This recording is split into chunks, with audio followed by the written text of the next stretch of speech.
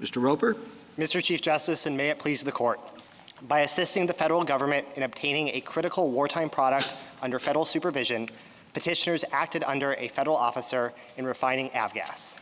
That refining is an act under color of federal office that can support removal, and these suits relate to that act because they target the production of the crude oil that was the key ingredient in avgas and that the federal government linked to that refining by both contract and regulation. Respondents go all in on their alternative argument that petitioners must have been acting under a federal officer in the crude production that these suits are for. But the statute contains no such requirement, which would nullify Congress's addition of relating to. Regardless, petitioners were acting under a federal officer in producing crude, given the Petroleum Administration for War's unique role supervising production to further the war effort. I welcome questions.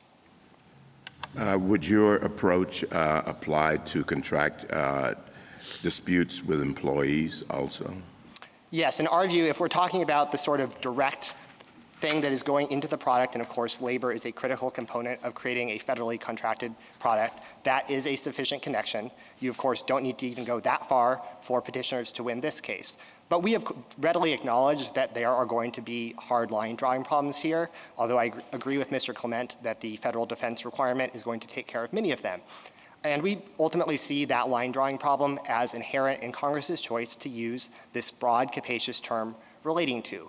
And the way you have dealt with Don't you think it's odd, though, that, as I think Justice Jackson alluded to, that this is simply a conforming amendment and it's doing so much substantive work? No, not at all. I fully agree with Mr. Clement's answer there. I think the reason you only see this argument in an amicus brief and not in either of the red briefs is that there is just no way to get there textually. When Congress enacted the statute in 2011, this court had in over a dozen cases said that relating to is a broad, capacious term, and then Congress puts that language in a statute that this court, in 5 opinions, had said was a broad statute that was to be liberally construed. And so I just don't see how you can limit relating to just this sort of narrow pre-suit discovery issue.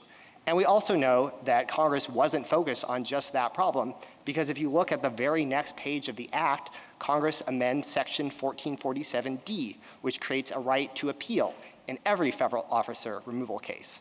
And everyone agrees that that provision is not limited to pre-suit discovery actions. That was the basis for this court's BP decision a few years ago. And so I think it's clear from the text and context that Congress was addressing a broader issue here.